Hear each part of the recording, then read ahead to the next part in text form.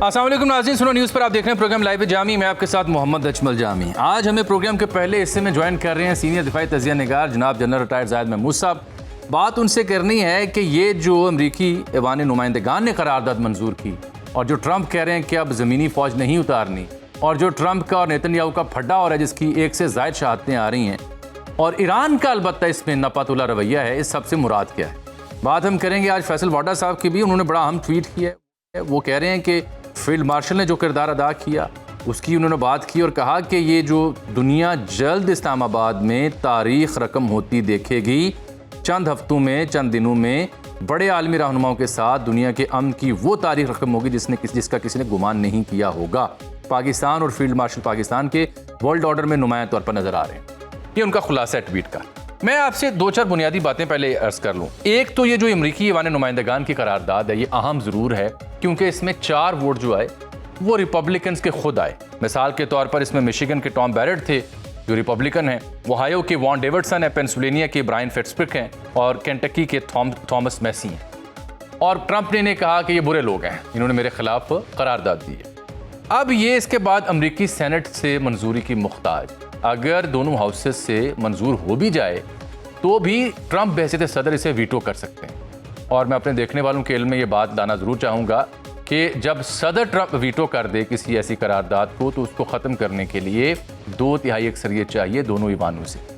लेकिन इसका इम्पैक्ट कानूनी से ज़्यादा इखलाकी है कि बदलते इस मंजरनामे में इसराइल के लिए जो मनफी जज्बात थे अमरीकियों के यहाँ, वो 2023 में को 42% के आसपास थे पीयू के सर्वे के मुताबिक। अब इस जंग के बाद अमेरिका भर में 60% से ज़ायद लोग हैं जो इसराइल के वज़ीर आज़म से, उनकी पॉलिसियों से, उसके बारे में मनफी राय रखते हैं। और फिर ये 4 रिपब्लिकन्स भी मिल गए। फिर अंदरूनी खाना भी जो कमेंटेटर्स हैं वो एतराज़ कर रहे हैं, दुनिया भर में भी आइसोलेशन हो रही है।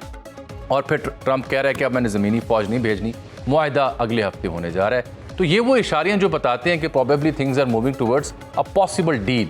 पाकिस्तान का रोल क्या होगा इसमें, ईरान क्या क्यों नपीतुली गुफ्तगू कर रहा है, इन सब मामला पे बात करते हैं ज़ाहिद साहब से। ज़ाहिद साहब, मैंने तो खुलासतन कुछ चीज़ें नाज़रीन के इल्म में लेके आया हूँ। ये जो नेतन्याहू के साथ इसका फड्डा जो टेलीफोन कॉल हुई, फिर खबर आई कि उसकी बीवी को भी ट्रंप ने कहा कि आपके बेटे को बेदखल कर दूंगा, आपकी जायदादें मुंजमद कर दूंगा, इसको सज़ा हो जाएगी वरना मेरे साथ ताउन करो। ये आपको लगता है कोई मिली भगत है या वाकई आपको लगता है इसराइल और अमेरिका एक पेज पर नहीं रहे इस मामले के हल के लिए? वो चाहता है जंग, ये चाहते हैं मुआहदा। जी, thank you very much Jami sahab for having me. देखिए, ये तो हम पहले दिन से कह रहे हैं कि दोनों के डिफरेंट ऑब्जेक्टिव्स हैं जी। और पुश किया गया ट्रंप को। फिर आपको याद होगा उस वक्त बहुत सी बातें अदर देन दी पॉलिटिक्स या जो पॉलिटिकल ऑब्जेक्टिव्स थे ईरान के बारे में या मिडिल ईस्ट के बारे में, उसके अलावा भी कुछ पर्सनल ऑब्जेक्टिव्स और इस तरह की चीजें, र्यूमर्स जरूर थे। एप्स्टीन फाइल की तरफ मैं इशारा कर रहा हूँ। जी, लगता है कि जैसे किसी ने कोई ब्लैकमेलिंग से, क्योंकि जो काम जो है देखिए ना, एक American application, this is not an ordinary application. किसी ग्रोह के एक लीडर ने तो नहीं फैसला कर लिया, या किसी ऐसे बनाना रिपब्लिक की स्टेट ने फैसला नहीं कर लिया गोइंग इनटू वॉर। वो वॉर जो मैं जाती तौर पे समझता हूँ कि जिसने बुरी तरह डैमेज किया है अमेरिकन इंटरेस्ट को। आज नेटो उनसे अलग खड़ा है, मिडिल ईस्ट के अंदर रिस्ट्रेंट का मुजाहरा हो रहा है, उसकी पॉलिसीज को चैलेंज किया जा रहा है। नेटो ने अबंडन किया। इजराइल को भी बहुत नुकसान हुआ, पॉलिटिकल जितना नुकसान इस वॉर का इजराइल को हुआ उस पर हम किसी दिन प्रोग्राम करेंगे कि उसने what they have lost and what they have gained. तो आई थिंक इसके अंदर बहुत सी चीजें अवामिल शामिल है, बट जो पर्सनल ईगो है प्रेसिडेंट ट्रंप की, अलॉन्ग विद दैट अनप्रेडिक्टेबिलिटी जिसकी हम बात करते रहे हैं, और अनफॉर्चुनेटली अब अनरिलायबल जब वो इंटरनेशनल कम्युनिटी के लिए हुए तब तक इतना उनको प्रॉब्लम नहीं रहा। अब जब अमेरिका की आवाम के लिए अनरिलायबल हुए हैं तो डोमेस्टिक प्रेशर बढ़ा है। ये जब भी आप 4 वोट्स की बात कर रहे हैं, कह रहे हैं 4 वोट्स है, ठीक है, दो वोट्स उनको उनकी पॉलिटिक्स की वजह से गया है, और प्रोबेबली 2 वोट जो है वो स्विंग स्टेट्स हैं, पेंसिल्वेनिया वगैरह वो अपना करते हैं। बट एक लार्जर जो अवाम का एक जो नुमाइंदगी करते हैं लोग, लार्जर सेंस ने ये कहा कि this he is not allowed to carry on this war morally, he is no ground now. लोग ऑलरेडी जो सर्विस भी हो रहे थे, अब सर्विस के ऊपर वो मोहर साबित हो गई है from the Congress.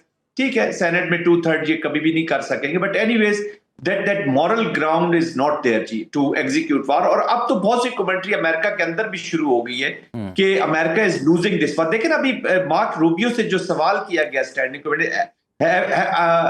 Is the war finish, तो उन्होंने कहा जी कि एपिक फ्यूरी इज फिनिश।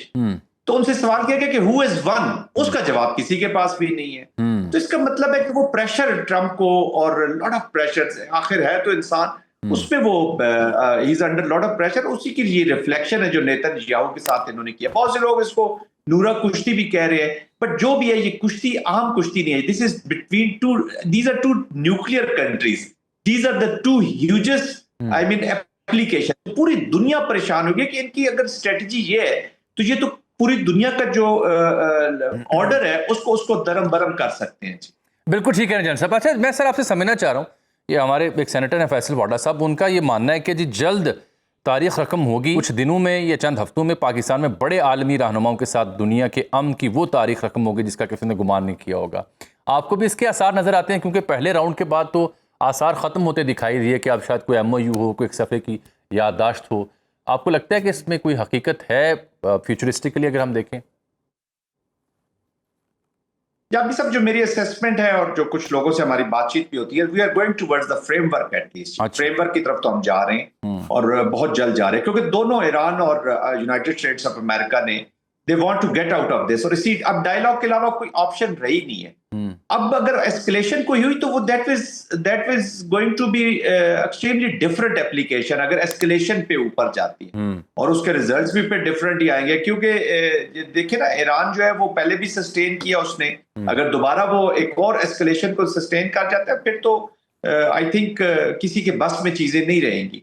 तो और दोनों इस चीज पे मुत्तफिक भी हैं कि चेकमेट नहीं दिया मिलिट्री एप्लीकेशन ने, ना अमेरिका को दिया ना ईरान को दिया। That's why they are protecting this dialogue। इस छोटी सी एस्केलेशन अभी, हालांकि कुवैत वाला वाज अ बिग इंसिडेंट जो कुवैत पे ईरान का रिस्पांस गया इंटरनेशनल एयरपोर्ट के ऊपर, सिविलियन एयरपोर्ट के ऊपर अगर रिस्पांस गया तो दैट हैज द इम्प्लीकेशन है, उसकी खतरनाक हो सकता था। लेकिन उसके बावजूद अभी तक देखिए डायलॉग की बात हो रही है, सक्सेस की बात हो रही है, फ्रेमवर्क तो वो हम एस्टेब्लिश कर लेंगे। अब जो आगे फिर उस पर थोड़ा सा टाइम लगेगा, it is going to take little more, 2-2.5 महीने से ज्यादा टाइम लगेगा to reach to the deal.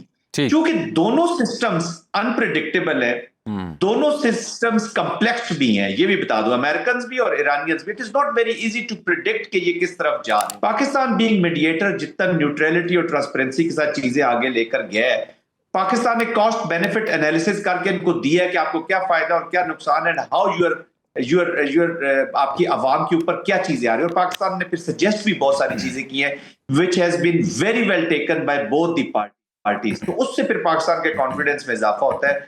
And अगर इस तरह की कोई चीज आगे बढ़ती है तो of course it is going to be Pakistan the only sole mediator जो एक मोस्ट स्टेबल कंडुइट भी रहा है और मोस्ट एक्सेप्टेबल कंडुइट रहा है, और अभी तक चल रहा है जिसको देख। जनाब साहब, ये जो आपने एक बड़ी अहम बात की, गो के किसी रोज़ बहुत तफसीली गुफ्तगू पूरा प्रोग्राम उस पर हम करेंगे। आप जैसे ये वाइंड अप होता है, रैप अप होता है, फिर it will be the right time कि हम उसका एनालिसिस कर सकें, बिलखुसूस कंटेंट एनालिसिस के किस मुल्क ने क्या खोया क्या पाया। लेकिन आज आपने चूँकि जुमला दे दिया तो मैं बात किए बगैर नहीं रहूँगा।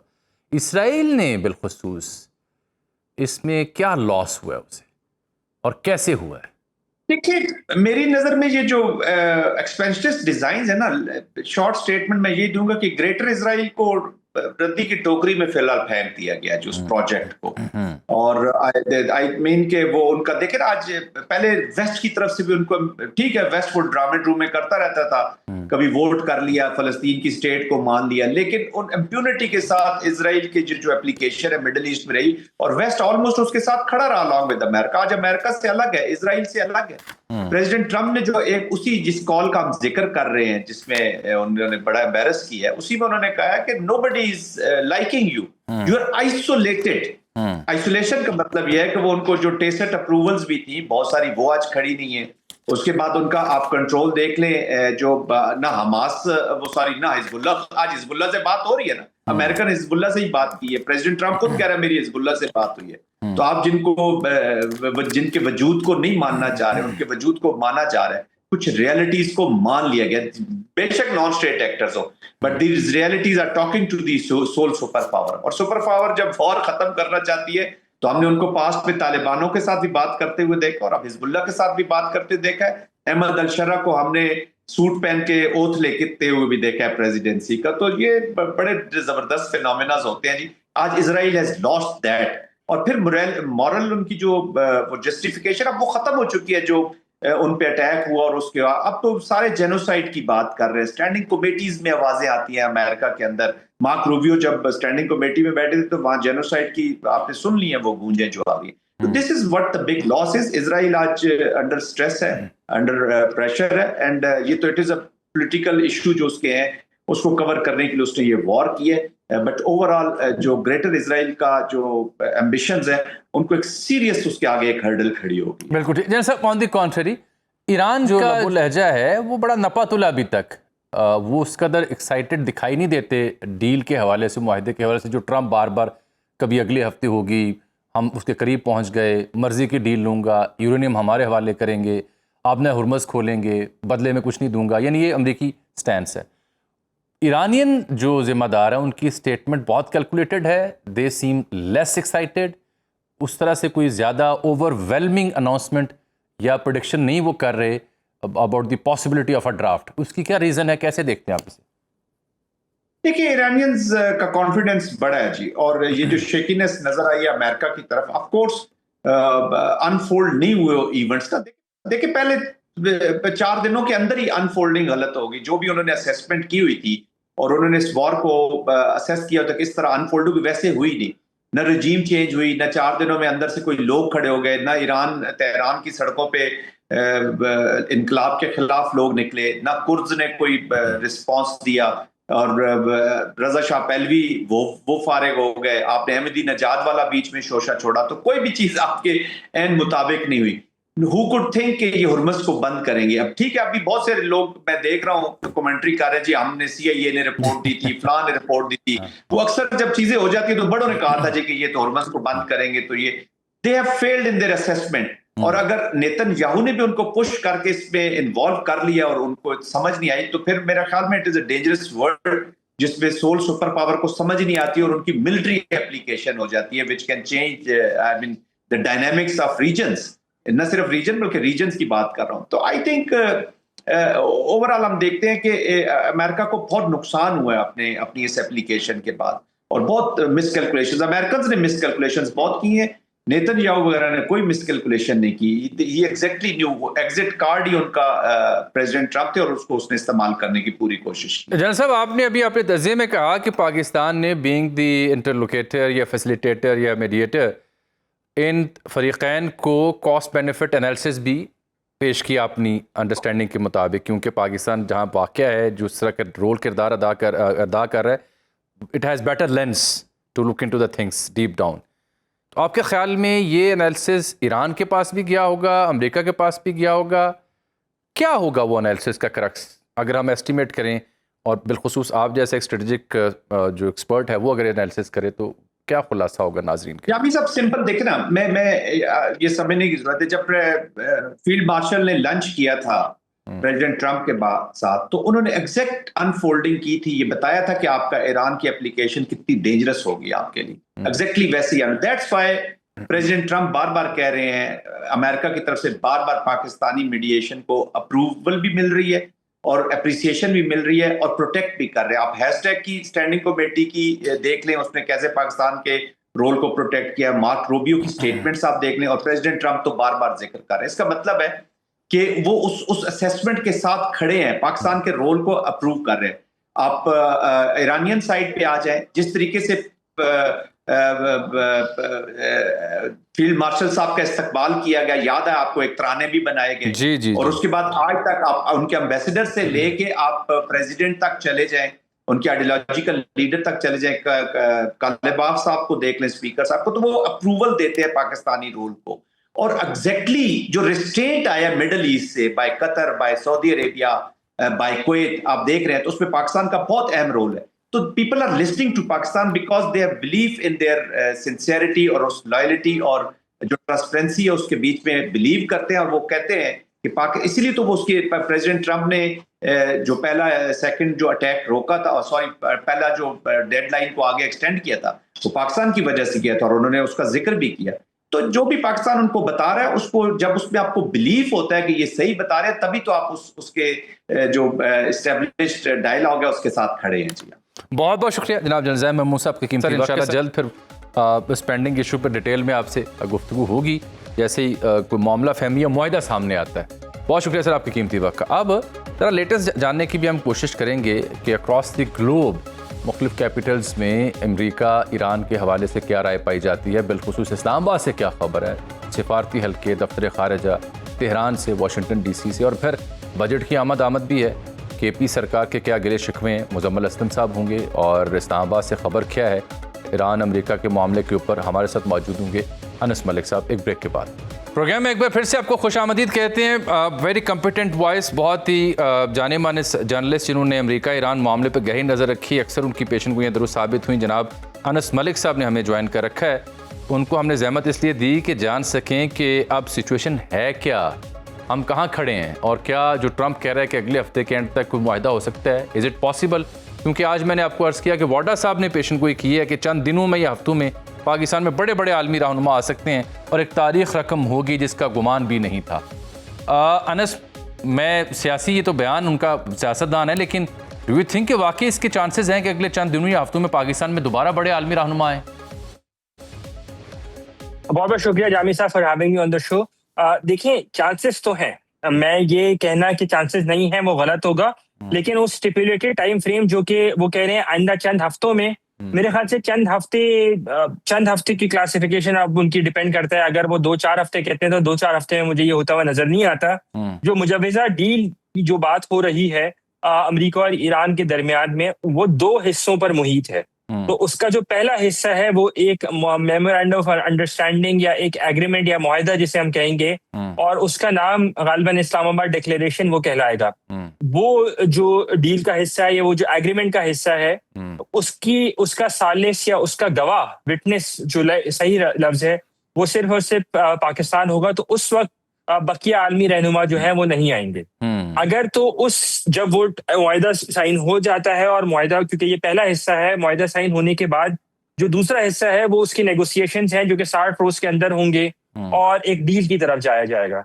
अगर डील की तरफ जाया जाता है और डील हो जाती है और इस्लामाबाद अकॉर्ड की तरफ जिसका नोमेनक्लेचर इस्लामाबाद अकॉर्ड होगा, अगर इस्लामाबाद अकॉर्ड जो है वो अग्री अपॉन हो जाता है, तो फिर बिल्कुल हम एक्सपेक्ट करेंगे कि तुर्की के सदर रजब तैयब एर्दोगान, इजिप्ट के सदर जो हैं अब्दुल फत्ताह सीसी, मोहम्मद बिन सलमान जो सऊदी क्राउन प्रिंस हैं, हम एक्सपेक्ट करेंगे कि शायद UAE की लीडरशिप, कतरी अमीर, और ये सारे लोग जो हैं वो as witnesses alongside US leadership which includes US president Donald Trump himself. तो ये उनका सियासी बयान, तो मैं उसको उस तरह से नहीं कहूँगा कि हाँ बिल्कुल ही कोई रूल्ड आउट बात है, लेकिन उसमें बिल्कुल जो उनका जो बयान है उसको वो करीब तर है रियलिटी से। और लेकिन उसमें बहुत ज्यादा, जैसे अंग्रेजी की कहावत है कि many step between the lip and the cup, तो उसमें बहुत ज्यादा अगर और बहुत ज्यादा इफ्स हैं। अगर ये हो जाए तो फिर ये होगा, तो फिर ये होगा।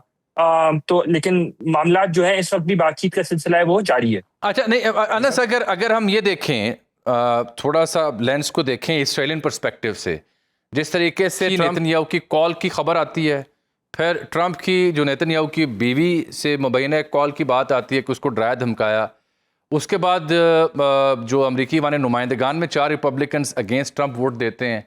फिर मैंने देखा है कि प्यू का सर्वे बता रहा है कि 60% अमरीकी इसराइल से नाखुश हैं। तो इन 4-5 चीज़ों को क्लब करें और फिर ट्रंप की स्टेटमेंट्स के अगले हफ्ते तक हो सकती है डील। तो क्या ये तासुर दुरुस्त होगा कि now the US really wants to go for a memorandum of understanding, या कोई मुआहदा वो करना उनकी मजबूरी बन रहा है क्योंकि इसराइल के साथ खटपट उस चीज़ का एक निशानी है, या फिर वो खटपट जो है वो गुड कॉप बैड कॉप है? देखिए, इस पूरे प्रोसेस में 3 स्पॉयलर्स हैं। 2 तो नोन स्पॉयलर्स हैं, तीसरा is not so known spoiler, तो मैं उसका नाम लेना रिफ्रेन करूंगा। लेकिन पहला स्पॉयलर ऑफ कोर्स इजराइल है और उसकी वो लॉबी जो कि अमेरिका में बैठी हुई है। दूसरा स्पॉयलर पाकिस्तान का जो ईस्टर्न हमसाया है, मशरकी हमसाया जो है वो है। और तीसरा एक और मुल्क है, उसका हम मैं नाम नहीं ले सकता बिकॉज उसके बारे में कहमा गोइयां ही है। तो इस पूरे प्रोसेस को लेके जिस तरह से प्रेसिडेंट ट्रंप ने उस परसों पॉडकास्ट के ऊपर भी कहा, कॉल की जो डिटेल्स लीक हुई एक्सियोस पर बराक रावेद साहब की स्टोरी में, और उसको कंफर्म भी किया गया।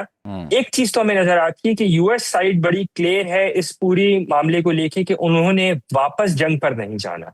जो उर्दू में कहते हैं कि हाथी के खात खाने के और दिखाने के और, तो यही वजह है, यही एक सिनेरियो जो है वो डेवलप होते हुए नजर आ रहा है कि जहां पे प्रेसिडेंट ट्रंप जरूर कहते हैं कि हम नहीं जाना चाहते, हम चाह सकते हैं दोबारा जंग पर, लेकिन हम जाना नहीं चाहते और हम सिफारतकारी को एक और मौका देना चाहते हैं।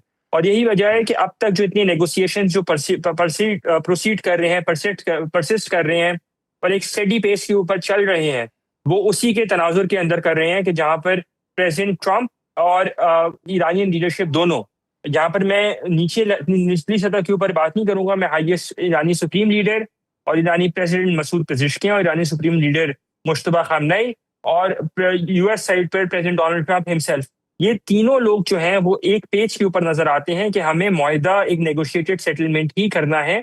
और यही वजह है कि अब जिस पॉइंट के ऊपर चीजें रुकी हुई हैं या जिस पॉइंट के ऊपर चीजें प्रोसीड कर रही हैं, रादर मुझे हैरानगी नहीं होगी कि आइंदा आने वाले हफ्ते में मोमेंटम दोबारा बिल्ड हो और बातचीत के सिलसिले को लेके दोबारा शायद किसी एग्रीमेंट की तरफ जाया जाए।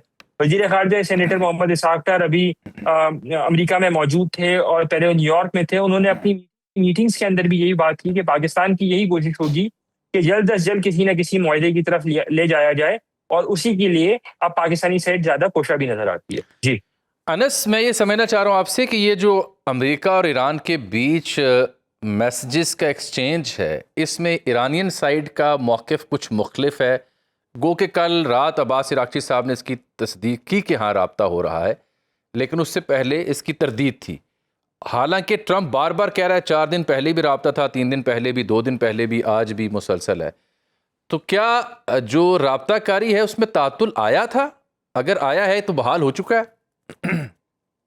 बिल्कुल, ये तातुल तो आया था पीर की दोपहर तक, जो मेरी इत्तिला है, और दोनों साइड्स की फरीकैन से जो बराह रास्त बात करके पीर की दोपहर तक बजरिया पाकिस्तान जो है ये बातचीत का सिलसिला चल रहा था। और पीर को दोपहर में फिर इजराइल की जानिब से अनाउंस किया गया कि वो दाहिए, जो कि एक सबर्बियन नेबरहुड है बैरूत की, वहां पर बॉम्बिंग करना चाहेंगे और उन्होंने इवैक्यूएशन ऑर्डर दिया।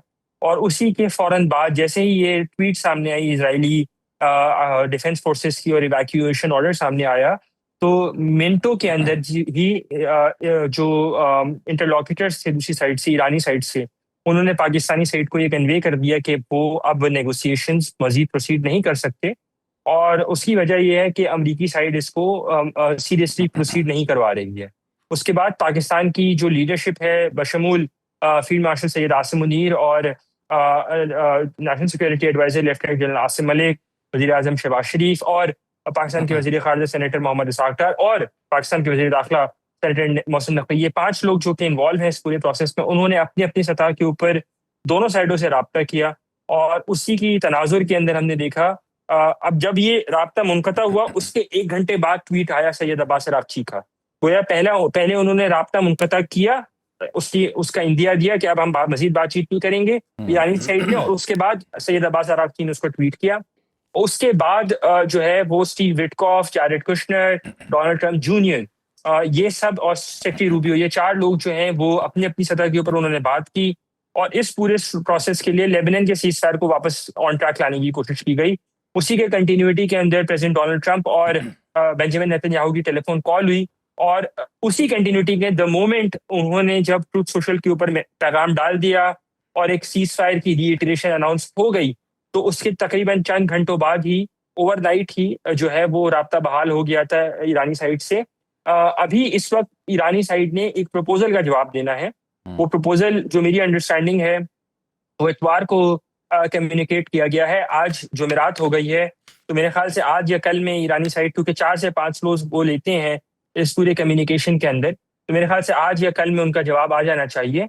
और इस पूरे प्रोसेस को लेके जो तात्तुल था वो तकरीबन 9 से 10 घंटे का था, लेकिन वो बड़ा क्रूशल तात्तुल था। क्योंकि उसमें अगर तो ये अमेरिकी साइड भी अपनी सीरियसनेस नहीं दिखाती और इजरायली साइड को टेम नहीं करती, तो अब तक जितनी प्रोग्रेस हुई है पिछले 2 माह के अंदर, 2.5 माह के अंदर, 3 माह के अंदर इस पूरे प्रोसेस को लेके 12 मार्च से ये सिलसिला शुरू है, तो 12 मार्च से आज 4 जून हो गई। 2 महीने से ज्यादा का अरसा हो चुका है, 2.5 महीने का अरसा तकरीबन हो चुका है।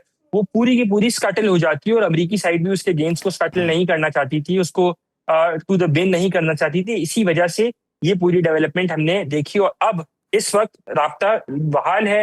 यही वजह है कि आज पाकिस्तान की वजारत खारजा के तर्जुमान से जब हफ्ता वाराना ब्रीफिंग में सवाल हुआ इस पूरे प्रोसेस को लेके, तो उनका जवाब ये था कि we are continuing our peace efforts, the dialogue process continues. उनका ताहिर हुसैन अल-अराबी का ये जवाब था इसका। तो ये बड़ी क्लियर कट इंडिकेशन है कि जो तात्तुल था उसके बावजूद भी अब राब्ता बहाल है।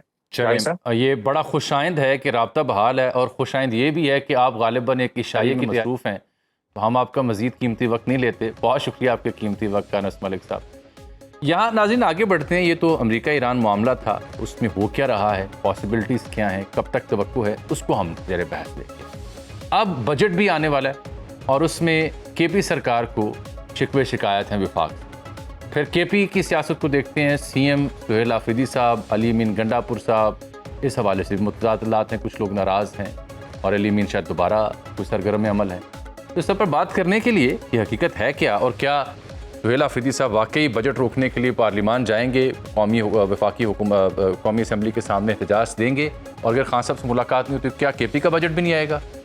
क्या जवाब है इसका, मुजम्मल असलम साहब से जानेंगे ब्रेक के बाद। प्रोग्राम में एक बार फिर से आपको खुशामदीद कहते हैं। ईरान अमेरिका मामले के ऊपर तफसीली बात होगी, लेकिन मुल्की सियासत और मुल्की मामलात के ऊपर भी नज़र रखना ज़रूरी। बजट की आमद कुछ ताख़ीर हुई, कई एक वजूहात अहले दानिश बयान करते हैं। मेरी ज़ाती राय तो ये है कि चूँकि इलेक्शन है गिलगित बल्तिस्तान का, तो वो हो ले और उसके बाद अगर बजट दिया जाए तो शायद फैसला साजों को लगता है अहले सियासत को कि वो बेहतर अमल होगा। इस बीच में कई ये कहानियाँ थी कि शायद कोई तरमीम आनी है या शायद पीपल्स पार्टी नहीं मान रही। जो मेरे पास खबर है वो इसके बरक्स है, जो मैंने आपकी खिदमत में अर्ज़ कर दी है कि जीबी का इलेक्शन हो जाए इस बीच में और फिर बजट आ जाए। उससे पहले अगर बजट आता है तो ज़ाहिर बात है उसके असरात फिर मुरतब हो सकते हैं वोटर और सपोर्टर के ऊपर भी। इसमें हम देखते हैं खैबर पख्तूनख्वा की जानिब से कई एक एतराज़ात हैं, मुतालबात हैं विफाक से फ़ंड्स के मामले के ऊपर। फिर केपी के अंदर हम देखते हैं कि शेर अफजल मरवत एक अलहदा से राग अलापते हैं। अली अमीन गंडापुर के हवाले से खबरें आती हैं, नाराज़ अरकान की बात सुनने को मिलती है, शफी जान साहब दावे करते हैं। तो इन मामला पे बात करने के लिए आज हमने ज़हमत दी है जनाब मुजम्मल असलम साहब को। हैं तो मुशीर ख़जाना केपी के, लेकिन मुझे उम्मीद है कि दीगर गैर जो इक़्तिसादी मामलात हैं सियासी नौयत के, उस पर भी ज़रूर कुछ ना कुछ इजहार कर लेंगे मुरव्वत में। बहुत शुक्रिया सर आपके वक्त का। मुजम्मल साहब, ये इकॉनमी के ऊपर और आपके जो ग्रीवेंसेस हैं उनके ऊपर तफसील से बात करने से पहले, ये शेर अफजल मरवत थे, रवि जान साहब थे, मलिक साहब के शो में बैठे हुए थे, 25 लोग अली अमीन के साथ हैं। क्या उन्हें दोबारा सीएम बनने का कोई ख्वाब सूझ रहा है? और कुछ लोग नाराज़ थे जनाब सुहेल आफरीदी से जो पार्लिमानी पार्टी के इजलास में नहीं है। जी बिस्मिल्लाहिर्रहमानिर्रहीम, शुक्रिया जामी साहब। मैं थोड़ा सा आपको पीछे लेके चलूंगा। जब फरवरी 2024 में जब पीटीआई की खैबर पख्तूनख्वा में हुकूमत बनी थी जी, तो हलफ लेते ही जो है ये क्या सराइयाँ हुई थी। हलफ लेने से पहले क्या सराई हुई थी कि अली अमीन वजीर आला बतौर वजीर आला नामंजूर है। ठीक। फिर जब वो वजीर आला बन गए तो उसके पहले महीने के अंदर ये आगे कि ये नाअहल करा दिए जाएंगे क्योंकि इन्होंने इलेक्शन कमीशन में कोई चीज छुपाई है अपने एहसास से। बिल्कुल ऐसा, ठीक है ना। और मुझे आप जैसे बहुत सारे मेरे जो दोस्त हैं वो मुझे फोन करके भी कहते थे कि आपका वजीर आला बस 1 महीने में 2 महीने में गया। वो सिलसिला चलता रहा और वो 1.5 साल जो है वो वजीर आला रहे जब तक इमरान खान का फैसला नहीं हुआ। इमरान खान साहब ने फैसला नहीं किया, उनको कोई हटा नहीं सका। फिर उसके बाद जैसे ही वो हटे तो लोगों ने कहा कि नए वजीर आला के लिए मुश्किल हो जाएगा बनना, क्योंकि पीटीआई के पता नहीं 30 अरकान या 40 अरकान, किसी कोई कहता था एफिडेविट दिया हुआ है, कोई कहता था क्या दिया था। तो वो जो है 92 के 92 लोग जो हैं उन्होंने जो है वोट दिया और सुहेल आफरीदी साहब को वजीर आला मुंतखब किया। एक आदमी भी नहीं तोड़ सके। ठीक है जी। उस वक्त भी यही बोला कि सोहेल आफरीदी नामंजूर है, सोहेल आफरीदी का नाम नामंजूर है। आपको याद होगा कि हुकूमती वज़रा ने भी जो है प्रेस कॉन्फ्रेंसेस करके कभी क्या बोला, कभी किस तरह की इल्ज़ाम तराशी लगाई, कभी घटिया इल्ज़ाम लगाए। वो भी जब नाकाम हो गया तो फिर उसके बीच में सेनेट के इलेक्शन भी आए, उससे पहले भी आए, बाद में भी आए। ये कहा जाता था कि पीटीआई के सेनेटर्स जो है ना, सेनेट के इलेक्शन में जो है पीटीआई के लोग जो हैं, जो एस्टेब्लिशमेंट की तरफ के हैं, वो सामने आएंगे और ये होगा वो होगा। वो आपने सेनेट के इलेक्शन भी देख लिए, फिर मिसाल यूसुफजई का जब सेनेटर बनाना था तब भी आपने देख लिया। तो वो वही बातें, वही टेप रिकॉर्डर जो है मुसलसल चलता रहता है, ठीक है ना।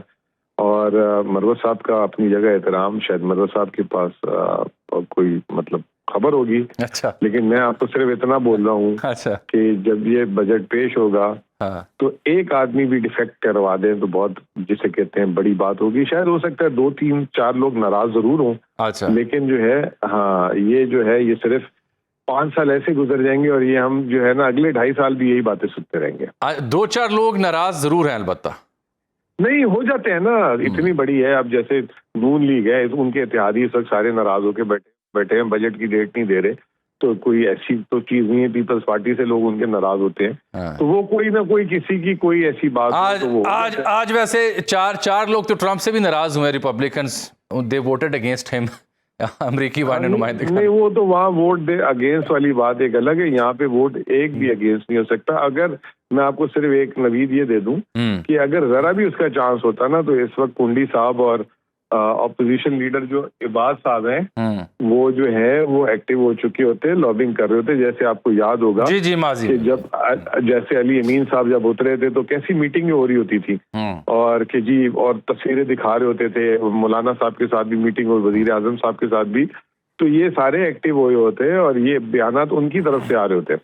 तो मुजम्मिल साहब, अगर मैं ये जानना चाह रहा हूँ, ठीक, आपके नुक्ता नज़र अपनी जगह दुरुस्त होगा कि ये फिर यानी ये तासुर के अली अमीन गंडापुर साहब दोबारा से एक्टिवेट हो रहे हैं या किए जा रहे हैं टू रिक्लेम दी सीट, ये तासुर गलत है? पता नहीं, ये तासुर आप लोगों का ही बनाया हुआ है। नहीं, मेरा तो नहीं है। अगर मेरी खबर आज इसके मतलब बरक्स लोगों थी। का, हाँ। हाँ, जो देखें, अगर ये तासुर ऐसा होता तो वो जिस दिन जो है उनको कहा गया इमरान खान साहब ने आप इस्तीफा दे दें, तो वो जो है उसको लंबा कर सकते थे। वो कह सकते थे कि जी मैं जब तक खुद नहीं जेल में मिलूंगा, मैं खुद नहीं बात करूंगा, उस वक्त तक मैं इस्तीफा होल्ड करता हूँ। तो ऐसी कोई बात नहीं है। मैंने उनके साथ 1.5 साल काम किया है। वो बंदा ने जो है वो इमरान खान साहब के जो है ना एक इशारे की जो है ना, वो जो है ना कोई इशारा भी दे दे तो उसको अमल करते हैं, ठीक है ना। अब उसमें जो है कोई इधर की उधर जोड़ता है, उधर की इधर जोड़ता है। DI खान से वो एक कदम बाहर नहीं निकाले, 1-2 दफा इस्लामाबाद आए बीच में, बल्कि 6-7 महीने से DI खान में रहते हैं वो। तो ऐसी कोई बात नहीं है। आप इंशाल्लाह देखेंगे बजट में वोट भी करने आएंगे। अच्छा, अली अमीन गंडापुर साहब बजट में वोट करने आएंगे, ठीक हो गया। सर जी, मुझे ये बताइए कि जनाब सुहेल आफरीदी साहब या दीगर अगर हुकूमती जिम्मेदारों से मिलते हैं, उन्हें वजाहतें देना पड़ती हैं, बुरी बात क्या अगर सुहेल आफरीदी जो है मोहसिन नकवी साहब से मिले हैं?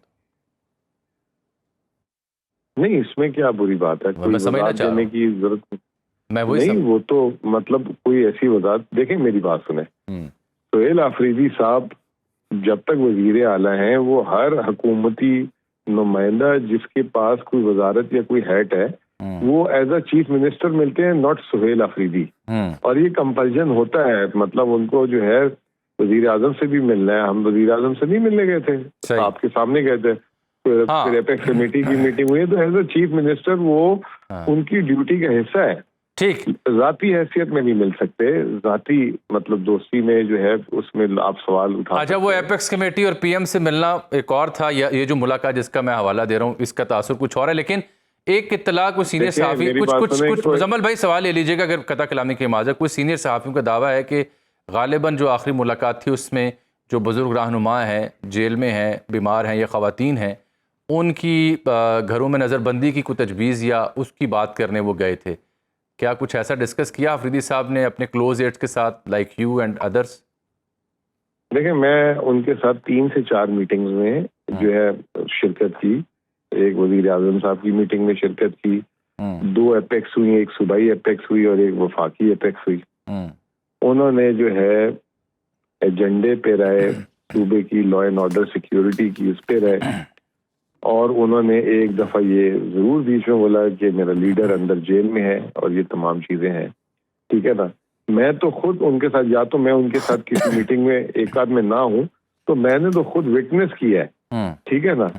तो उन 4 मीटिंग में कभी उन्होंने ये बात नहीं की, तो मेरा नहीं ख्याल कि उन्होंने जो है कोई ऐसी खामोशी में जाके ये प्रपोजल दे दिया हो। ठीक। और खबरें तो मैं यही बता रहा हूँ ना कि क्या से क्या बनती हैं। अभी ईद वाले दिन बनी थी कि जी चीफ मिनिस्टर साहब की और चीफ सेक्रेटरी साहब की लड़ाई हो गई, तल्ख कलामी हो गई। ठीक। तो मैं कल वो बैठे हुए थे दोनों, तो मैं भी चला गया इत्तेफाक से। अच्छा। तो मैं हंस रहा था, मैंने कहा यार ये देखें ईद में जो है ना हमारे लोग जो है ना उसमें भी जो है ना कोई ऐसी बात चला देते हैं। तो बातें तो बनाने से बहुत चीजें बन जाती हैं। कभी अभी आजकल तो ये भी चल रहा था कि जी एक साबिक जो है ना जर्नैल वो भी अंदर गए हुए थे, अब खुद उसकी तरदीद भी आ गई। तो ये मसाला बनाते हैं, फिर खत्म करते हैं, फिर बनाते हैं, फिर खत्म करते हैं। कितनी आप 2.5 साल में स्टोरियां आप खुद अगर रात को बैठ के लिखना शुरू करें तो आपकी स्याही खत्म हो जाएगी। अलमिया ये है ना कि इसमें से अक्सर स्टोरियां जैसे कि साबिक जर्नैल की मुलाकात, वो असल में बज़ाहिर आपके हामी जो कलाकार हैं, यूट्यूबर्स हैं, उनकी घड़ी हुई होती हैं। बार कैफ सर जी, आप ज़रा आपके शोबे से भी बात कर लेते हैं, वरना तो ये मौजू ख़त्म नहीं होगा।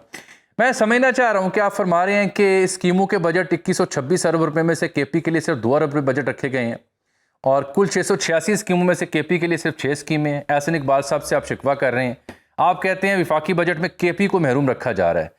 इसके बारक्स भी कुछ अदादो शुमार है, विफाक भी देता है, लेकिन पहले आपकी सुन लेते हैं, क्या ग्रीवेंसेस सर आपके क्यों है? देखिए, मैंने प्रेस कॉन्फ्रेंस बाद में की है और वफाकी मीटिंग में ये बात उनके सामने पहले की है और ये इस बात में 19 से 20 का भी फर्क नहीं है, क्योंकि उन्हीं के डॉक्यूमेंट से उन्हीं के सामने जो उन्होंने हमें कॉन्सेप्ट पेपर दिया था बताया। आपने थोड़ी सी जो है उसमें फिगर आगे पीछे किए, मैं वापस रिपीट कर देता हूँ। वफाकी 786 स्कीमों में 6 स्कीमें हमारी। अच्छा, 786 मेरे पास मैंने जो खबर देखी थी उसमें 686। वो आपने 686 वो 786। ठीक है। और उसमें मैंने बकायदा ये बोला कि मुझे आप एक बात बताएं, ये 6 स्कीमें जब मुकम्मल हो जाएंगी तो आपकी वफाकी पीएसडीपी से केपी का जो है नामो निशान खत्म हो जाएगा। आप क्या पैगाम दे रहे हैं केपी वालों के लिए? मुझे वो पैगाम दे ताकि मैं केपी की आवाम को बता सकूं। ठीक है ना। उसमें उन्होंने कहा कि जी आपको तो पता है वफाक चाहता है कि सूबे की स्कीमें सूबे ही करें। मैंने कहा आपको खैबर पख्तूनख्वा ही मिला है शुरू करने के लिए काम। ठीक, उससे पहले भी बड़े सूबे हैं और लोग हैं, उसको पहले आप देख लें, फिर उसके बाद हमारी तरफ देख लें। फिर दूसरा मैंने उनके सामने फिगर रखा, 10,000 अरब की आपकी स्कीमें हैं और आपकी 10,000 अरब रुपए की स्कीमों में ये जो हमारी 6 स्कीमें हैं ये सिर्फ 36 अरब की है। तो आप मुझे बता दें हमारी आबादी, हमारी जीडीपी, हमारी उसके हिसाब से ये फिगर सही है? तीसरी मैंने बात रखी कि इस साल आपने जो 1126 अरब रुपए रखे हैं उसमें हमारे लिए 2.2 अरब रखे हैं और इसके अलावा जो NHA को आपने 264 अरब रुपए दिए हैं उसके लिए आपने जो खैबर पख्तूनख्वा की जो रोड वगैरह है, हाईवे वगैरह है, उसके सिर्फ 8.6 अरब। ठीक है। ये तमाम बातें ऑन रिकॉर्ड वहां पहले की हैं, उनके सामने की हैं और फिर पब्लिकली आपने डिस्कस की। ठीक, फिर आके बात मैं जरा जो इसमें विफाक की जानिब से जो मुख्तलिफ हुकूमती हल्के जो डाटा शेयर करते हैं in response to your grievances वो भी डिस्कस करता हूँ, लेकिन उससे पहले 2 बड़ी अहम चीज़ें हैं। एक तो मैं देख रहा हूँ कि सुहेल अफरीदी साहब से मुतालबा किया जा रहा है कि CM खान साहब से जब तक मुलाकात नहीं होती बजट केपी का मंजूर ना हो। तो अगर खान साहब से मुलाकात नहीं होती, बजट के खैदो खालवान डिस्कस नहीं होते, तो फिर बजट मंजूर नहीं होगा केपी का? देखिए जी, मैं इस पे बड़ा क्लियर हूँ कि बतौर जो है एडवाइजर फाइनेंस मेरा काम बजट तैयार करना है। बिल्कुल ठीक। और बजट तैयार है और बजट तो मैं वफाक से पहले भी दे सकता हूँ। 24 घंटे के नोटिस पे मुझे जब भी बोलेंगे बजट। अच्छा, आपके यहाँ एंड से बजट तैयार है? जी, ठीक है ना। बिल्कुल। और अब जो है बहुत बेहतर होगा कि हमारी खान साहब से मुलाकात हो ताकि हम उन्हें भी बताएंगे हमने ये काम किया है, तैयारी की थी और ये वफाकी मामलात हैं। लेकिन अगर फर्ज करें मुलाकात नहीं हो पाती तो फिर हमारी पॉलिटिकल लीडरशिप का जो फैसला होगा, अगर वो बोलेंगे पेश करना तो कर दूंगा, कहेंगे नहीं करना तो बिल्कुल नहीं करेंगे। ठीक है। तो political leadership to be decide कि वो कौन। इससे जुड़ा एक और नुक्ता मैं देख रहा था, अफरीदी साहब का बयान है कि अगर मंजूरी जो है बजट की इमरान खान साहब से मुलाकात से मशरूत है, तो ये भी कह रहे हैं कि 10 जून को कौमी असम्बली के सामने धरना दे सकते हैं और बजट की मंजूरी रोकने की कोशिश वो करेंगे। नहीं, मैं उनके साथ था। थोड़ा सा मिसअंडरस्टैंडिंग ये हो गई कि वो ये कह रहे थे जिस दिन फिर वफाकी बजट आएगा तो हम कौमी असेंबली के बाहर धरना देंगे कि हमारी मुलाकात इमरान खान साहब से कराई जाए। अब वो तो असेंबली में अंदर नेशनल असेंबली में उनके पास मेजोरिटी है, वो बजट भी पेश कर सकते, उसको पास भी करा सकते, उसको कैसे रोक सकते हैं? वो थोड़ा सा समझने में और उसमें जो है थोड़ी सी मिसअंडरस्टैंडिंग है। वो कल उन्होंने उसकी वजाहत भी जब हम उधर थे तो ये की थी। ठीक, बहुत बहुत शुक्रिया जनाब मुज़म्मिल। इंशाल्लाह आने वाले दिन में ज़रा डिटेल से बात करते हैं। आज वीडियो आपकी नहीं आ रही थी, कोई कनेक्टिविटी का इशू था, तो फ़ोन पे ही गुजारा किया है, तो वीडियो जब आपकी दस्तयाब होगी तो फिर तफसीली आपसे मुकालमा भी होगा। बहुत शुक्रिया आपके कीमती वक्त। नाज़रीन, आज के लिए इतनी मुलाकात होगी अगले शो में, तब तक के लिए अल्लाह हाफ़िज़।